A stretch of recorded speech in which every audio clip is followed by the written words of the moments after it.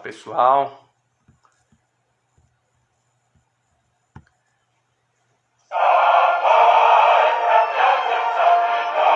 Olá, Marcela. Olá, pessoal.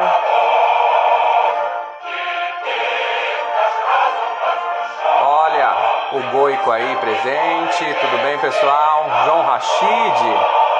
E aí, meu querido? Romaria Rô. Pessoal, hoje é o seguinte. Hoje nós vamos conversar a respeito, não vou errar dessa vez, a respeito da Revolução Russa. Nossa convidada Sá está presente aí. Vou aqui aceitar a entrada dela, tá? Nós já tá entrando aí. Ó, história da Ásia. Tudo bem, meu querido? Semana que vem estamos juntos falando de história da Ásia. Olha, Sá aí. O que você... Peraí que eu tô... Tudo bem, Sá. O que vocês estão escutando é a Internacional. É isso. Ah, apareci. Muito bem, tudo bem, Sá? Ai, a câmera estava virada. Uma musiquinha de início aqui para a gente entrar no clima. E já vou começar falando pro pessoal. A música tá atrapalhando me ouvir? Tá um pouquinho alta. Ah, mas isso é maravilhoso. Música é bom por causa disso. Deixa eu ajustar aqui. Pronto.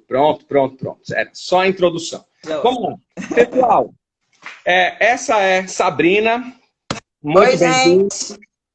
Eu sou o Tiago, professor também de História. Somos historiadores.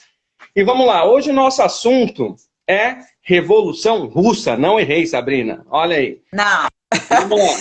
Eu gostaria de iniciar aqui já fazendo algumas indicações aí para o pessoal, tá? Por quê? Existe um hábito aí de que o pessoal acha que historiador é tipo um fofoqueiro que fica opinando sobre as coisas, né? Então... as coisas são bem diferentes. Então, já para a gente começar bem, tirar essa ideia de fofoqueiro das nossas costas, eu vou começar fazendo algumas indicações para quem vai nos assistir, tá? A primeira indicação é essa aqui, ó. Manifesto do Partido Comunista, que deve estar aparecendo ao contrário para vocês aí, ou não? Tá, mas, enfim... primeira indicação, Manifesto do Partido Comunista. Esses dois bonitões aqui são Marx e Engels, certo? Então, hoje, nós vamos falar um pouco desses rapazes. Aí nós temos aqui também livros bonitos, como Crítica, né? Para a Crítica da Economia Política de Marx, tá? Então, a gente tem aí, ó, Salário, Preço e Lucro, baseando aí nossos estudos em teorias. Mais para frente na Revolução, a gente vai encontrar mais umas pessoas aí, que é esse cara aqui, chamado Vladimir Lenin, né? Estou segurando aqui o desenvolvimento do capitalismo na Rússia, então um estudo econômico, tá? Baseando nossos estudos. E depois a gente vem para um terceiro autor aqui, trazendo A Revolução Traída, de Leon Trotsky. Muito indico esse livro aqui para entender a disputa de Stalin com ele. Então, os rumos ali da Revolução após a morte de Lenin. A gente tem aqui uma imagem maravilhosa, Trotsky aqui no cantinho, com Lenin discursando aqui em cima, né, na Revolução. Essa é uma indicação valiosíssima. E, por último, mais um de senhor Leon Trotsky, né? A moral deles e a nossa. E aí? Vamos falar um pouco disso daí também. Então, Sabrina, não somos fofoqueiros. Não. Né? Então, somos cientistas, né? A gente se baseia na ciência, na história. Tem gente que não reconhece isso e está governando o país, mas tudo bem.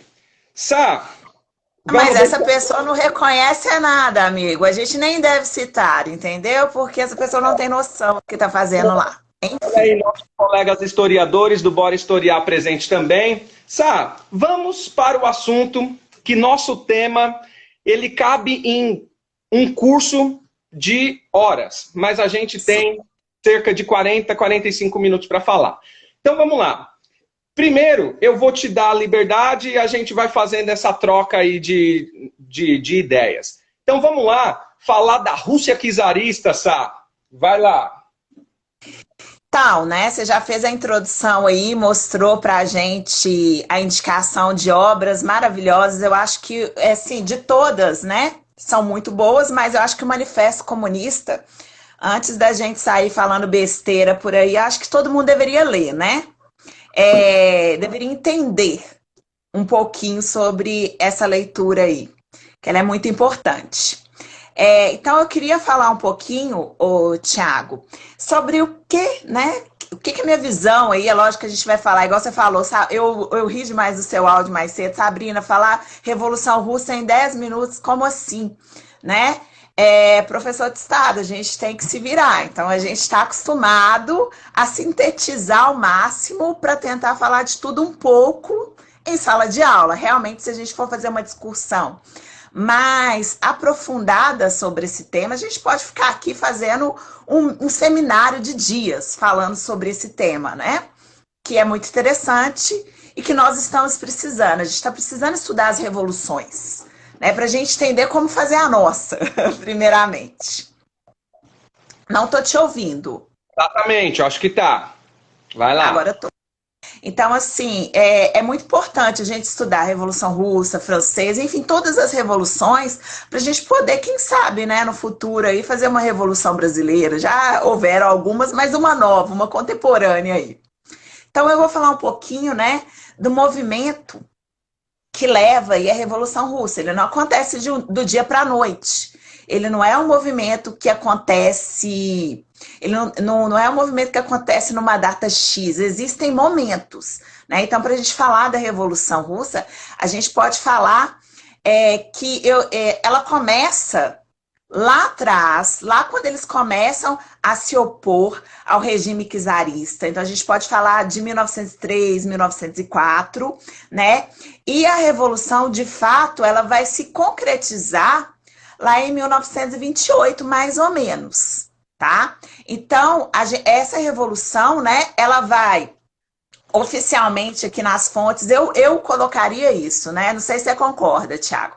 Para mim, ela começa mais ou menos em 1903, o processo e vai se concretizar de fato em 1928, né? Oficialmente, nas literaturas que eu pesquisei, está falando aqui de 1917 a 1928, eu acho que vai acontecer um pouquinho antes aí. Tá. É um regime, né? Eles vão derrubar a monarquia czarista e eles vão fazer com que a Rússia se torne o primeiro país socialista aí do mundo, né?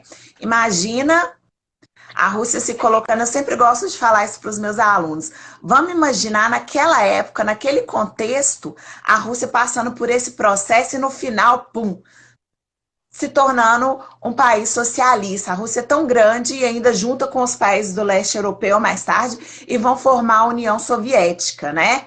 Imagina a reação dos países capitalistas vendo essa mudança. Só hoje, a gente pensar hoje. Hoje, mais cedo, eu postei repliquei, né, no feed uma imagem do tamanho da Rússia, da União Sim. Soviética, né? Ali na década de 40, vale a pena olhar. Então, vamos lá. A gente, então, aqui começa... Eu não sei fixar o tema aqui na tela, você sabe? Algumas pessoas... então deixa rolar, porque é normal depois no meio o povo perguntar qual é o tema. Se o tema está fixado... A gente fala. Se perguntar aqui, a gente fala. Se alguém souber aí, fala pra gente que a gente fixa o tema aqui. Ou... Calma aí, deixa eu ver se eu consigo aqui, deixa eu ver. Fixar o comentário. Acho que ficou aí, ó. Pronto. Tema Revolução Russa. É só clicar em algum comentário e pôr para fixar. Vamos lá, então, pessoal. Vamos lá. Primeiro, a gente aqui não vai fazer análise, né? Então, nosso objetivo aqui não é analisar os acontecimentos, mas sim fazer a apresentação dos fatos históricos e de como são colocados. E é lógico, a gente tem que ter compreensão que a história ela é fragmentada, né? Então, eu sempre que eu dialogo com os meus estudantes, eu falo para eles o seguinte, é importante a gente saber quem registrou. Lógico, se a gente pegar a obra de Lenin, a obra de Trotsky, a gente vai ver uma revolução. Se a gente pegar uma biografia de Stalin, de alguém que é stalinista, a gente vai ver uma outra ótica, né? Então é importante sempre a gente saber que a gente trabalha com fontes históricas e entender quem escreveu essas fontes históricas, qual é o posicionamento dessas pessoas, né? Então vamos lá. A gente tem aqui muitos historiadores, né, assistindo a gente, e também temos pessoas que vão prestar vestibular, que aí o Enem é uma outra questão, a gente não vai entrar no mérito, mas é importante a gente trazer esse diálogo. Então, quando a gente fala da Rússia czarista, a gente vai entender que a Rússia, ali, no final do século XIX e no início do século XX, ela se destaca, né? Se destaca nessa questão de ter uma diferença muito grande do que vive outros países europeus em questão social, em questão política, em questão econômica. Quando a gente observa que na Europa, ali mais ocidental, a gente vai encontrar países como França, como Inglaterra, como Alemanha, extremamente desenvolvidas dentro de um sistema capitalista perverso. Industrializado, né? Dentro de um sistema extremamente perverso já do capitalismo sob a ótica de Marx, né?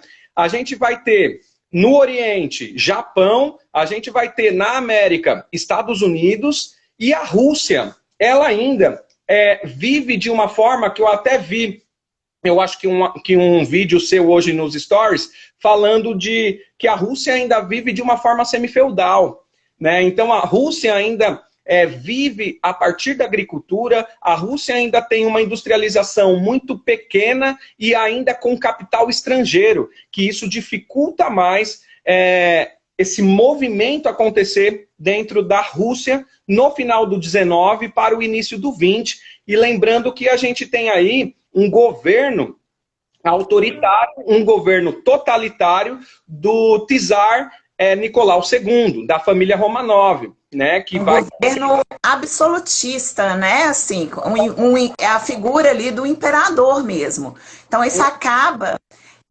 dificultando um pouco mais, igual o Thiago falou. A Rússia, ela está no processo, né? Se a gente for avaliar França, Inglaterra, que já estão bem desenvolvidas na Revolução Industrial aí no final do século XIX, o processo russo ele é mais tardio, né? A Rússia ela ainda é muito baseada no trabalho aí dos camponeses, na questão da terra. E uma coisa interessante da gente analisar esse processo é que, apesar disso tudo, né, a Rússia ela ainda é muito dependente do capital estrangeiro.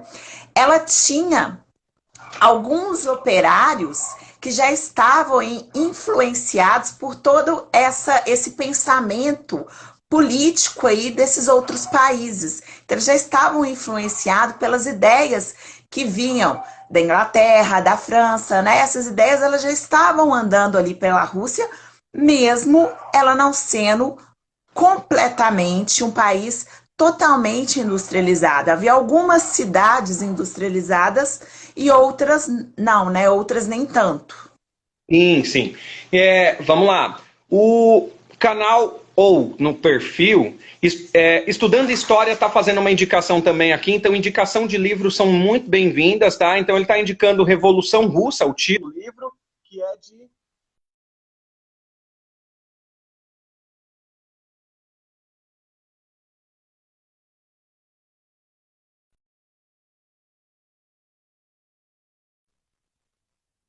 Voltou. E logo agora. Eu silencio para fazer live para não dar Ela está nenhuma silenciada. interrupção. Ela está Ah, silenciada. é? Eu não posso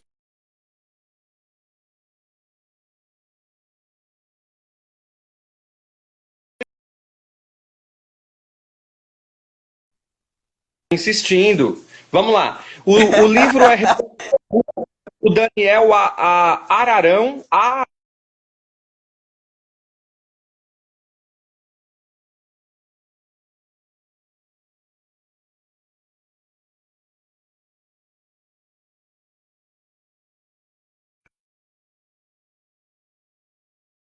falou que tinha alguém lá insistindo numa ligação.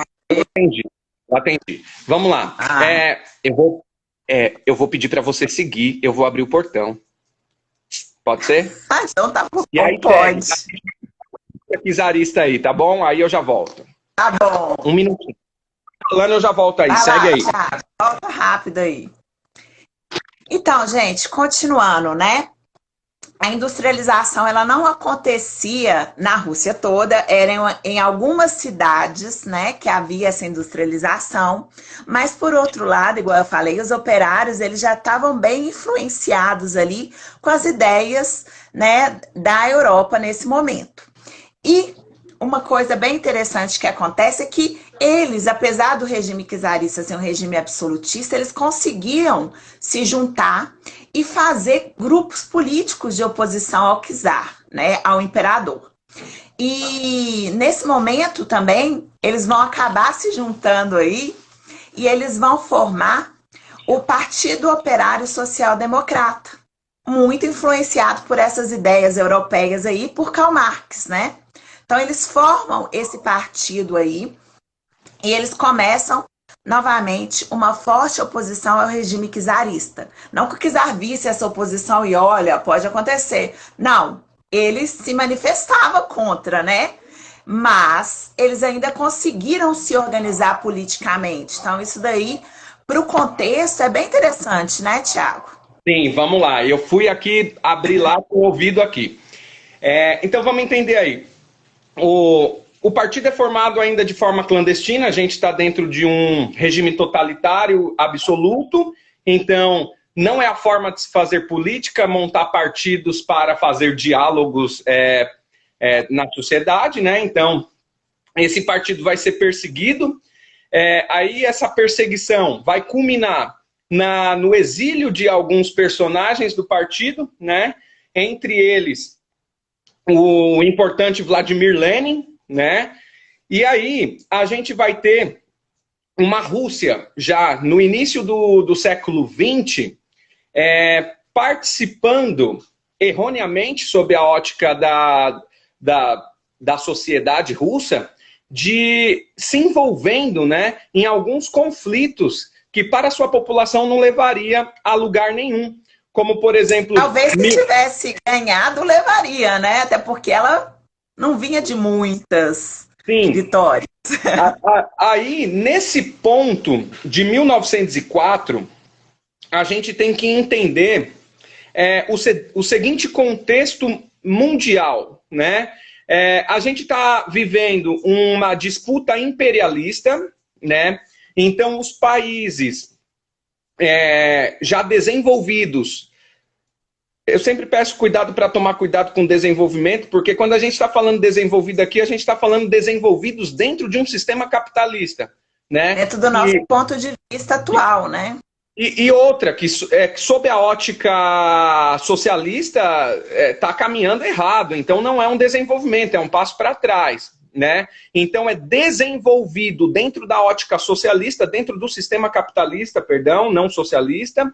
E o que esses países estão fazendo? Dividindo a Ásia e a África, né? Então a gente tem aí, no início do século XX, os países europeus, Japão, Estados Unidos, expandindo seus territórios, né? Dominando territórios e disputando esses territórios para usufruir da mão de obra barata desses lugares e também para conseguir ter espaço para os seus mercados consumidores e também para mineração, né? Então a gente tem uma multiexploração aí, mineração, mão de obra barata e farta, e também a gente tem aí o mercado consumidor que vai se abrir para esses países, né? E em alguns momentos eles vão se chocar os interesses desses países, que foi o caso do Japão e da Rússia, que em 1904 disputavam um território que se chama Manchúria, que é na China, e também algumas outras regiões ali, e eles vão entrar em conflito. O que vai acontecer é que a Rússia, extremamente mal preparada, vai entrar num conflito e vai perder.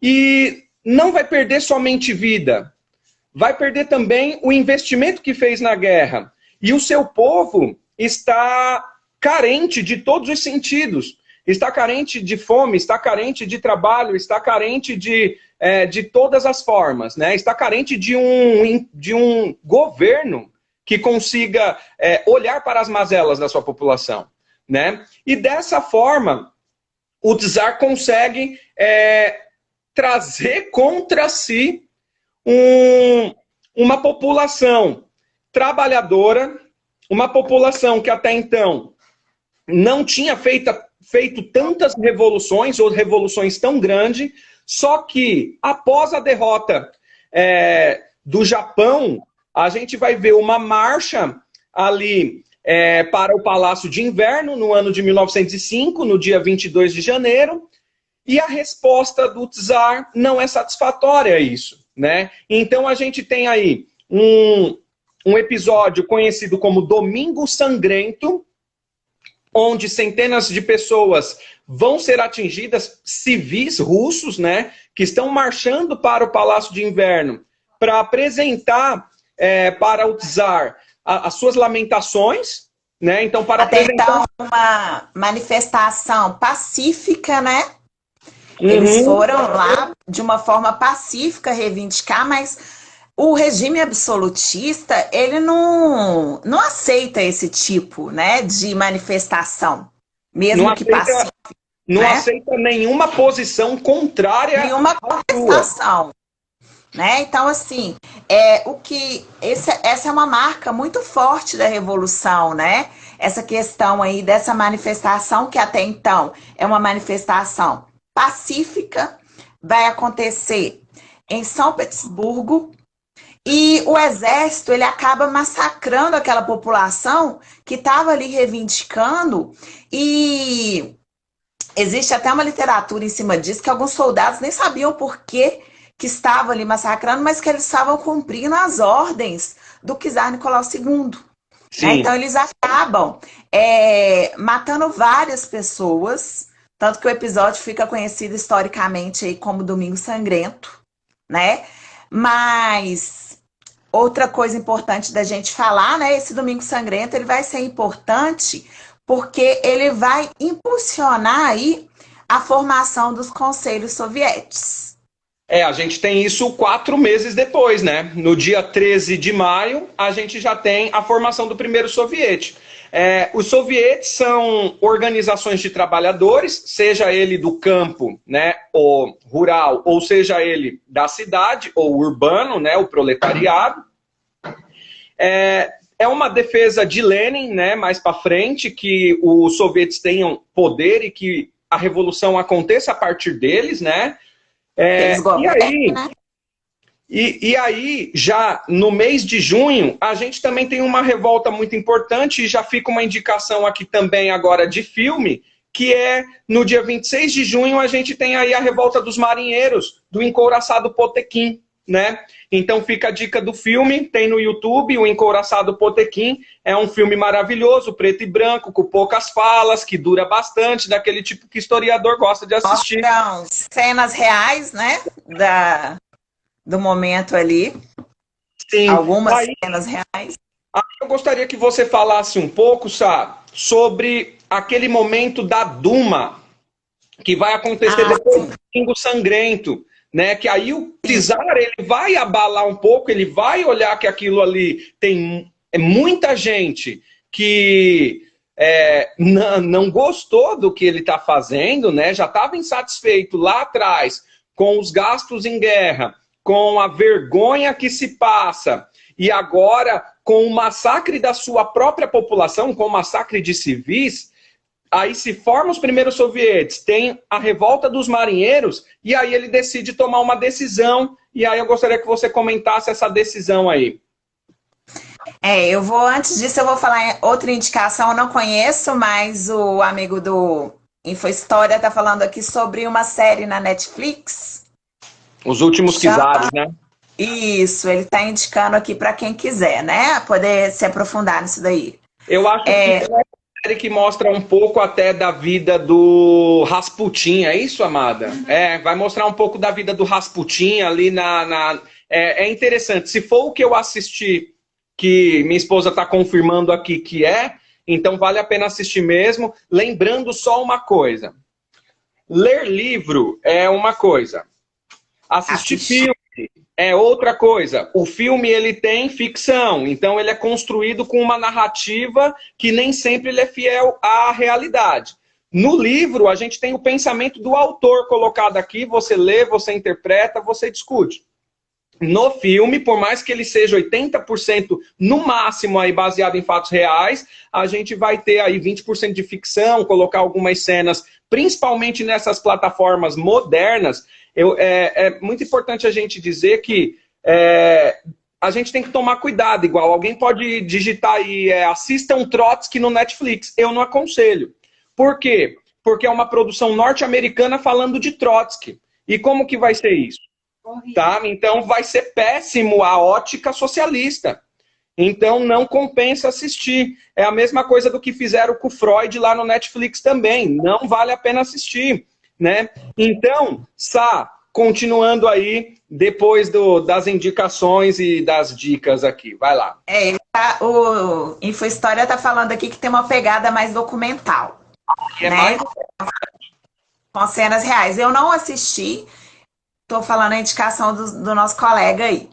Então acontece, né, voltando aqui, que em 1906, a burguesia ela acaba forçando ali a instalação de uma Duma, né?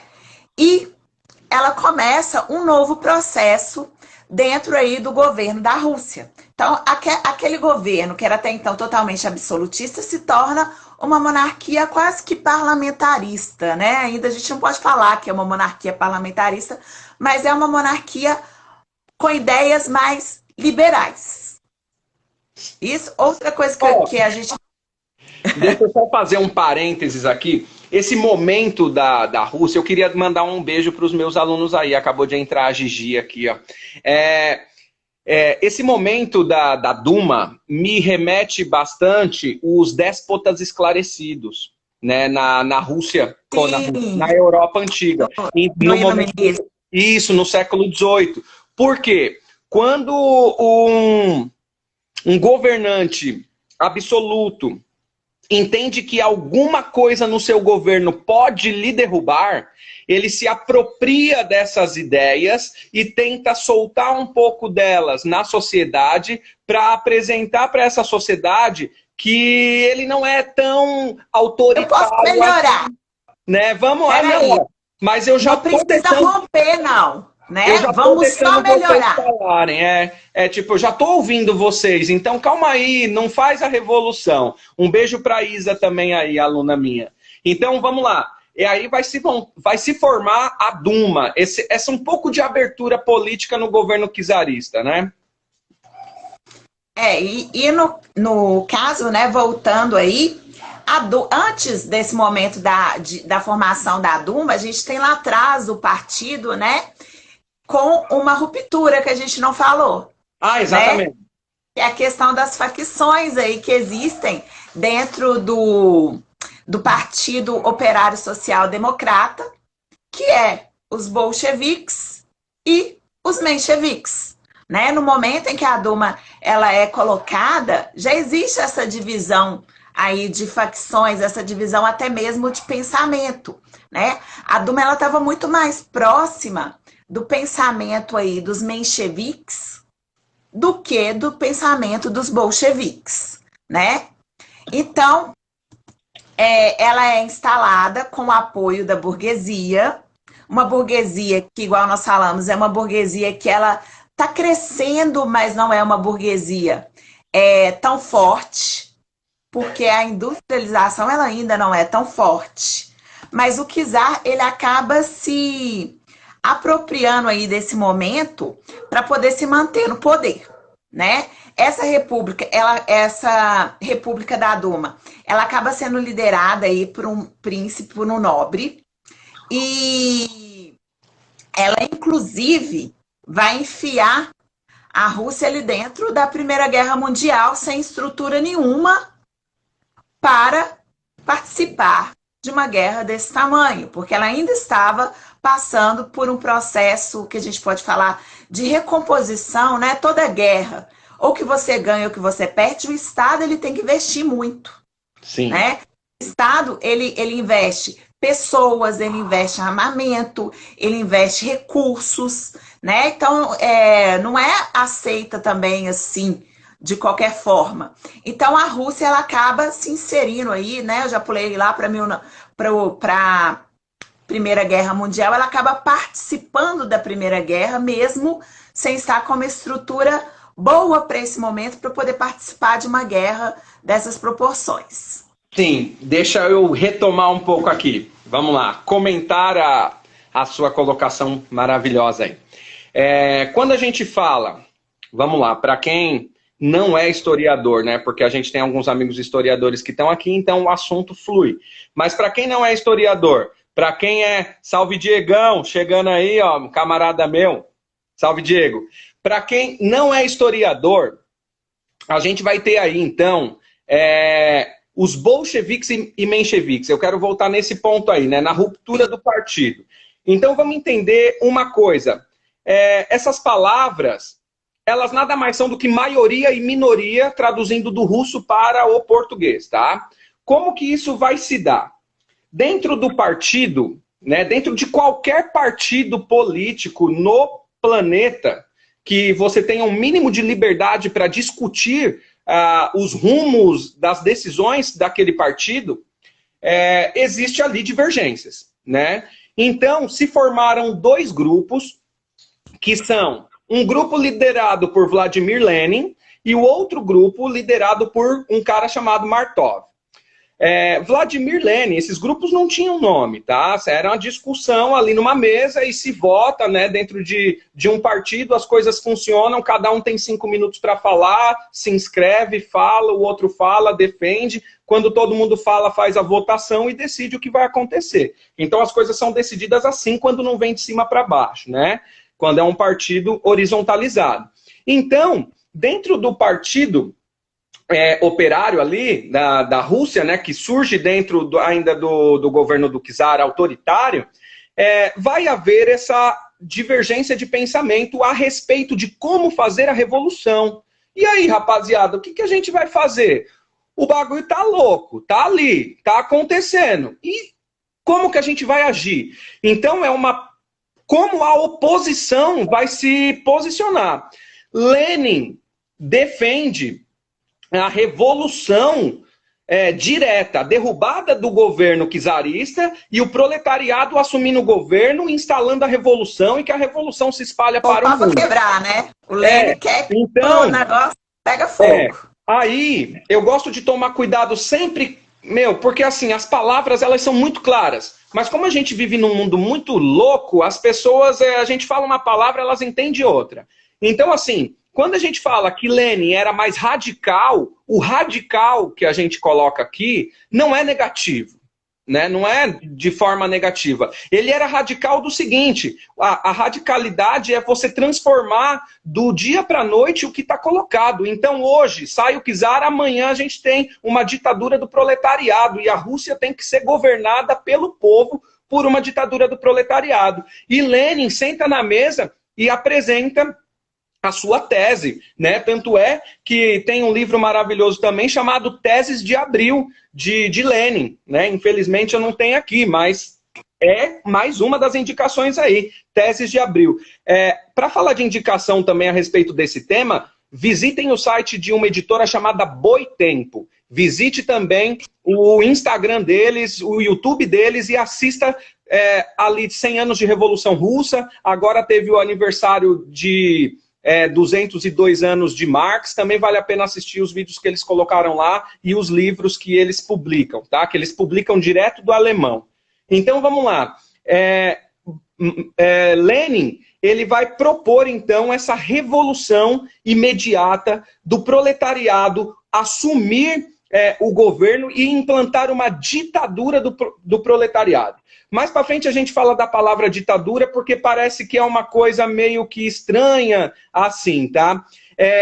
E aí, Martov vai falar assim, não, Lenin, que isso, né? Não vamos desse jeito, vamos conversar com os caras, ali, ó, tem uns burguês abertos à discussão, a gente põe uns candidatos para deputado, entra como deputado e começa a fazer um diálogo com os caras, daqui a pouco a gente consegue, a partir do diálogo, conseguir a maioria lá dentro e a gente implanta o socialismo dessa forma. E Lenin fala assim, ô, parça, presta atenção, malandro. Você acha que os caras querem trocar ideia com nós? Olha o que os caras fizeram lá no Domingo Sangrento. Olha o que os caras vêm fazendo com nós. É massacre em cima de massacre. Se você sentar na frente para conversar com os caras vão te engolir, rapaz.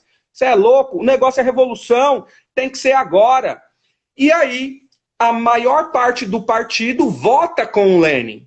E a menor parte do partido vota com Martov. Por isso, bolcheviques com Lenin, mencheviques com Martov.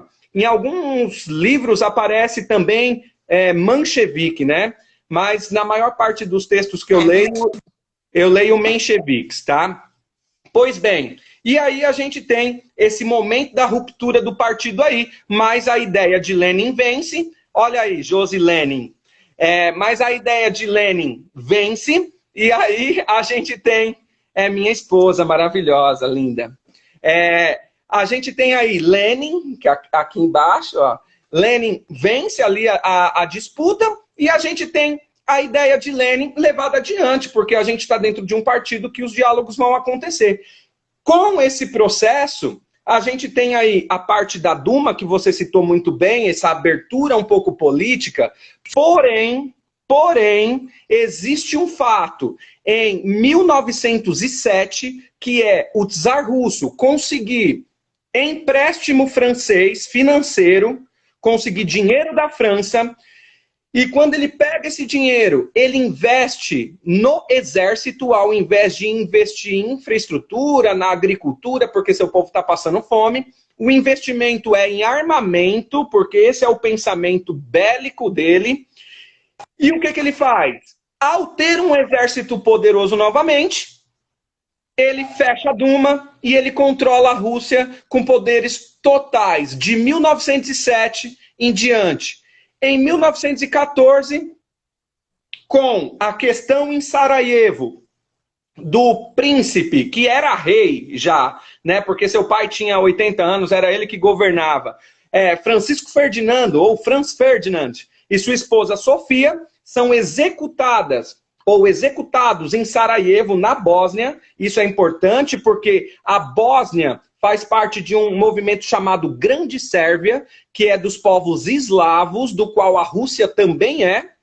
E o Império Austro-Húngaro declara guerra à Sérvia. A Sérvia pede auxílio para a Rússia declara guerra ao Império Austro-Húngaro, porque tinha interesse no Estreito de Bósforo, por causa dos seus interesses imperialistas. O que o Estreito de Bósforo tem a ver com isso? O Estreito de Bósforo daria acesso da Rússia para o Mar Mediterrâneo. Então ali a Rússia poderia comercializar com todo o sul da Europa e também com o norte da África e também com o oeste da Ásia. E ainda sair ali pelo Mar Atlântico para vir para a América, caso fosse a necessidade naquele momento. A Rússia, acreditando talvez que seria que eu acho que não acreditava, mas é bom a gente pensar na humanidade aí, que a guerra seria uma guerra rápida, que se resolveria rápido, mas eu acredito que não, porque já havia política de alianças, né? Então a Rússia já estava fechada com a Inglaterra e com a França, o Império Austro-Húngaro já estava fechado com o turco otomano, com a Alemanha, e aí deu no que deu a Primeira Guerra Mundial, ou a Grande Guerra, né? Como alguns livros colocam aí. E aí, vamos adiante, senhorita Sá. Depois da guerra, chegamos na guerra e agora a gente tem 19 minutos. Não. Quando a coisa é boa, vai rápido. Né? Chegamos na guerra. Vamos falar aí da data de 1917, que é o momento em que a maior parte da população ela está muito insatisfeita com os gastos militares que a Rússia está fazendo. Né? Igual o Thiago falou muito bem, o czar consegue um empréstimo, ao invés de alimentar a população, ele vai alimentar a indústria de guerra, ele vai alimentar o exército. Né? E se coloca ainda numa grande guerra, na primeira guerra, né? Ainda participa desse processo. E em 1917 começa a haver ali uma divergência, não só por parte da população que está insatisfeita com esse momento, mas também por parte do exército, que também não tá satisfeito com a postura do até então do czar, né? E a Rússia começa um processo aí de revolução que a gente também conhece como a Revolução de Fevereiro de 1917. Vamos lá. Comentário aí? Mais um comentário interessante aí, ó. Uma coisa legal de ressaltar é a Rússia repetiu o desastre na guerra com o Japão, né? Na IGM, a gente citou aqui a guerra com o Japão. Então vamos lá. Agora entra aqui a indicação lá dos últimos czares da Netflix, né? Por quê? O que a gente tem aqui agora? A figura do Rasputin, ela é importante para esse processo de desgaste da figura da família real, né? Então, voltou, eu vi, eu continuei aqui. Tá. Então, eu estava dizendo aqui, Sá, que a figura do Rasputin, ela é importante para o desgaste da figura do czar e também da estrutura real. Por quê? É um homem implantado dentro do palácio, acesso total. Essa série ela é legal porque mostra a vida do Rasputin e o tempo todo ele está dentro do Palácio de Inverno ao lado do filho mais novo do czar, que tinha uma doença que eu não vou lembrar agora, mas o Rasputin para a esposa dele era tipo o salvador dessa criança. Então ela ficava... o Rasputin ficava do lado o tempo todo. Os conselheiros ali do imperador, essa série vai mostrar, que se incomodavam muito. Série que tá falando, a série que foi indicada aqui, Os Últimos Czares. Tá? Olha lá, porque tá certo aí, na ó. hora que você falou da série. O Trilha Histórica Hemofilia. Exatamente, é essa doença. E aí, a série vai mostrar o Rasputin ali dentro da corte, né? E tendo acesso à vida em particular e pessoal de toda a corte. E os debates políticos acontecendo. E Rasputin falando para a esposa do czar e ela dando indicações e as coisas acontecendo ali. Olha lá, o Trilhas Históricas amou a série. Então já é o segundo. Pode anotar o nome da série aí e assista lá no Netflix. Então, a gente vai ver aí a importância desse personagem chamado Rasputin. Os livros didáticos tem alguns que colocam até a foto dele bem grande, assim, do Rasputin, dá uma importância para ele. Então, a partir desse processo, a gente vê a Rússia entrando na guerra, né? Então, 1914.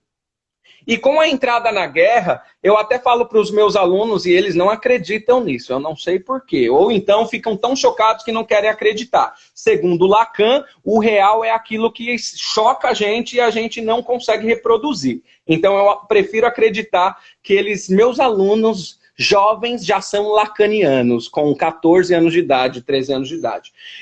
Então, o que vai acontecer? Eu falo sempre para eles, se eu tenho um prato de comida, eu sou o imperador da Rússia. Eu vou dar esse prato de comida para uma criança de 5 anos ou para um soldado?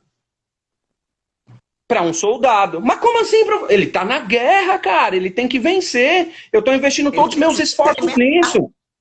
Né? Então, vamos adiante porque a guerra não é o nosso foco. A gente chega no processo revolucionário de 17, né? Então a gente chega lá. Em fevereiro de 17...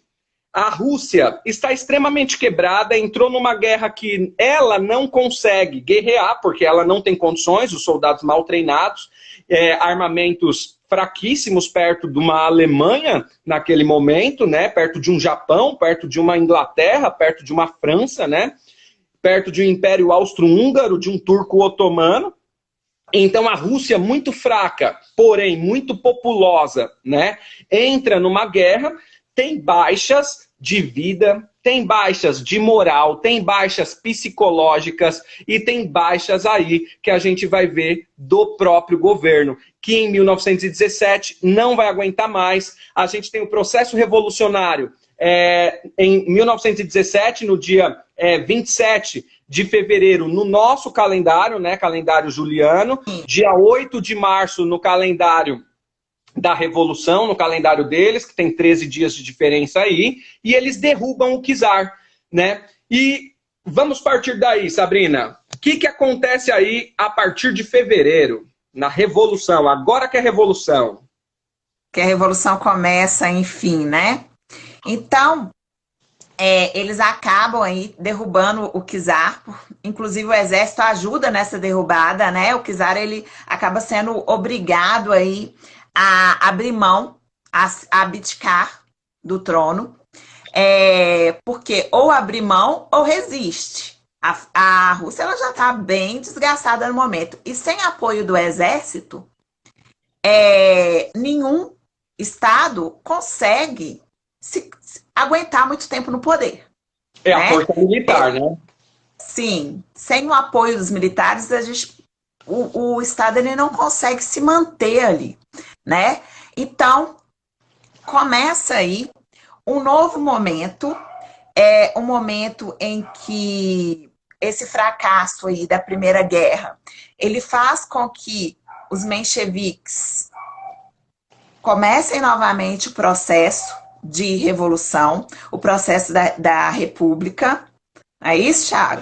Vai lá, segue, depois eu faço as intervenções. Segue aí. E esse processo, ele faz com que a oposição, né, com que os bolcheviques, eles acabam crescendo muito. Porque essa oposição, eles viram, né, que a maneira de governar dos mencheviques, essa questão mais lenta, mais gradual, ela não estava satisfatória. Então, a oposição bolchevique... A fome não espera. A fome não espera. A gente está vivendo um momento como esse, a fome não espera. R$600 está sendo negado para o nosso povo agora. Né? A fome não espera. Então, o povo russo tinha fome. Tá? Desculpa, pode continuar. Não, eu tô aqui me segurando, porque quando eu estudo revolução, é impossível a gente não inserir o contexto atual que a gente está vivendo. Né? Nós não estamos vivendo uma grande guerra com armamento, nós estamos vivendo uma guerra, né, de outro momento, uma guerra de saúde. E dá pra gente colocar aqui, fazer algumas análises, mas também a gente ia viajar bastante, né? Vamos lá, segue aí. Vamos lá, né? Essa oposição, ela começa a crescer, começa a aparecer novamente aí a figura do Trotsky, né? Que acaba, ele é o presidente dos sovietes e ele acaba criando aí a Guarda Vermelha, que é formada por milicianos e operários, né? E o Lenin, nesse momento, ele não está na Rússia, ele está exilado lá na Finlândia, né? Ele acaba que ele volta para a Rússia de uma forma clandestina para poder participar da Revolução, né? Ele volta do seu exílio para poder incitar os sovietes a tomar o poder por meio de uma revolução, né? E o Lenin, quando ele volta, ele coloca o seguinte, ele vem com os lemas, né? Pão, paz e terra. E o segundo lema que ele coloca aí é todo poder aos sovietes. Ou seja, né? O pau vai quebrar a partir de agora.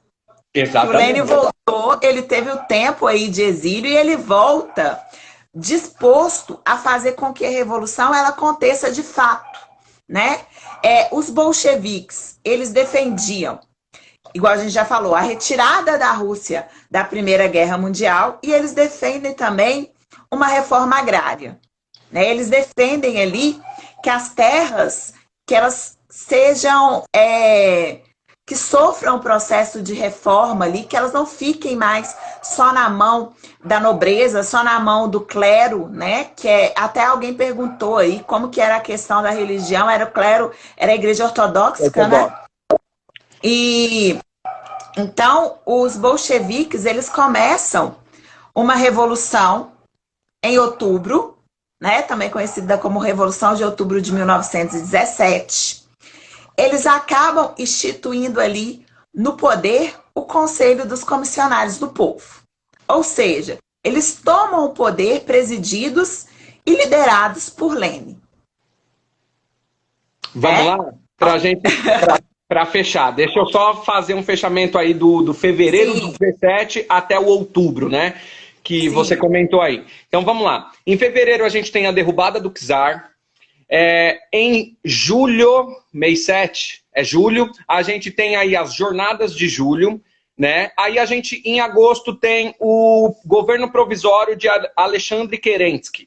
Esse governo provisório, ele tem uma importância, né? Ele vai tentar se conciliar com a população, mas ele não tira a Rússia da guerra e não faz a reforma agrária, que fica um governo tão impopular quanto o do czar. Uma outra coisa que aí sim ele acerta para a Revolução, ele libera os presos políticos e ele, com isso, faz o Lenin voltar agora de forma legítima para a Rússia, né? Quando Lenin volta, os bolcheviques ganham força. Trotsky também já é um cara muito forte. E Stalin é uma figura importante até nesse momento, né?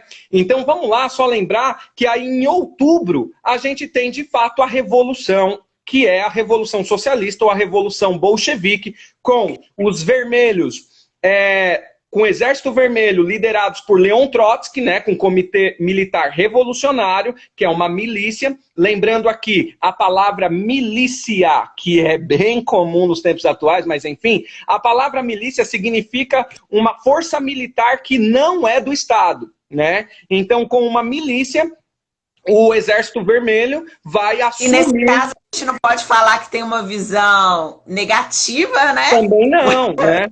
E eles porque se a gente for conciliar com o tempo atual... vão tomar o governo ali em outubro de 17, de acordo com o calendário juliano também. E a gente tem aí um governo dos bolcheviques.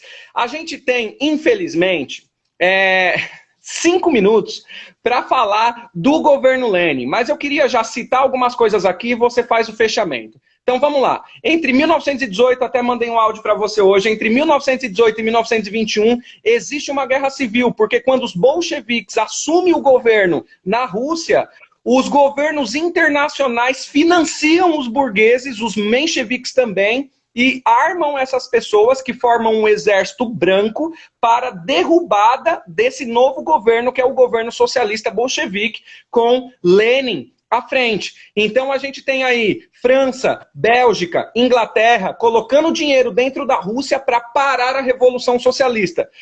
Que medo do socialismo que esse povo tem, hein? Tem gente que acha que é até doença. Você conversa com o socialista, vira socialista. Parece coronavírus. Mas enfim... Aí... Ele tem o medo desde sempre, né? Desde quando sou aí, eles têm esse medo. A ideia socialista, ela é maravilhosa. Eu acho que a nossa ideia... Olha o Salinha aí, tem um comunista aí, cuidado. Eu acho que a ideia do nosso diálogo aqui, a gente chegou no objetivo, que é falar até o período de revolução, chegar até o governo Lenin. Né? E aí a gente, só para citar mais alguns fatos aqui, com a guerra civil acabando, Lenin vai tomar algumas atitudes, né, algumas medidas no governo russo que não vão ser socialistas. Ele vai aliar o socialismo com o capitalismo, que vai ser a NEP, né, nova política econômica, por isso capitalista, e depois, em 1922, a gente vai ter a formação da União Soviética. E eu gostaria de dizer que Lenin morre em 21 de janeiro de 1924, e eu deixo as considerações para você, a gente tem 4 minutos, tá? Então, você já falou aí bem, né? A gente conseguiu chegar no objetivo, que é a questão realmente da revolução, Tiago, fica o convite, assim, acho que a gente tem que voltar, ou você, enfim, tem que ter uma segunda live aí falando sobre o governo de Lenin e o governo de Stalin, né? Boa. Para a gente poder falar melhor aí essa questão da Revolução Russa. Lá, já tem mais um comunista. Vai lá, cuida lá, É, ainda bem que tá acabando, viu? então, o Lenin, ele toma essa nova política econômica e o NEP, né? Ele fala que é necessário. Eu preciso pegar provisoriamente ideias capitalistas para eu reorganizar, né, a Rússia, para eu poder instalar de fato o socialismo. Então, até esse período, a Rússia está caminhando para se tornar socialista, ela ainda não se tornou, né? Isso é o processo que leva a Rússia a se tornar socialista. Olha só, o Aham. processo ele é longo, né? É um processo que é lento, né? Ele não é um processo que acontece da noite para o dia. Então, igual o Tiago colocou, o Lenin, ele acaba morrendo em 1924 e começa uma disputa, né, entre duas pessoas muito importantes aí na história da Rússia, que é o Trotsky e o Stalin. Eles começam a disputar para ver quem vai tomar o poder da Rússia depois da morte do Lenin. O Trotsky, ele tem aquele ideal que a revolução ela tem que passar para o resto do mundo, que a revolução ela precisa ser uma revolução intensa, A né? E ideia que ela é, bolchevique, né? A ideia dos sim, bolcheviques. A que é gente uma tem revolução, 1 minuto e meio. que a revolução ela tem que ser permanente. Exatamente. E o Stalin, ele fala que não. Ele quer a revolução, mas vamos nos concentrar nesse momento aqui dentro da URSS, aqui dentro da Rússia, né? No calma, vai devagar aí, Trotsky. Então começa uma disputa entre os dois para ver quem vai tomar o poder na Rússia, da União Soviética nesse momento. E quem acaba ganhando essa disputa é o Stalin, né? Ele acaba se tornando aí o líder da Rússia. Depois a gente pode estudar mais sobre ele. É um cara que tá aí para apagar da história os opositores, né? É muito legal ver também a galera que gosta, pesquisa na internet aí, ver as fotos que tem do período do Stalin antes, quando ele tá com as pessoas que são com os opositores, e depois, né? Como que ele faz ali, ele apaga das fotos a história desses opositores. A Flor de Lis te ama. Aí, ó. Eu Pessoal, também amo ela, a a professora de gente, sociologia. ai, que maravilhosa, ó. A gente precisa concluir, tá? Infelizmente, são 19h59. Não vamos estender agora, né, para fazer mais uma de 1 hora, Depois mas a gente fala. marca uma nova data, divulga com um cartaz e a gente volta aqui. Sabrina, satisfação. Que aulão, Muito eu achei que foi obrigada. muito bom. E olha só mais uma coisa. Quem não segue a Sabrina, siga. Quem não me segue, siga. A gente está se fortalecendo aqui. E a gente está fazendo post nos nossos stories também, com um monte de página de historiadores. Sigam todo mundo, estudem história. A gente passa por momentos difíceis na vida porque o povo tem dificuldade de entender o que já passou.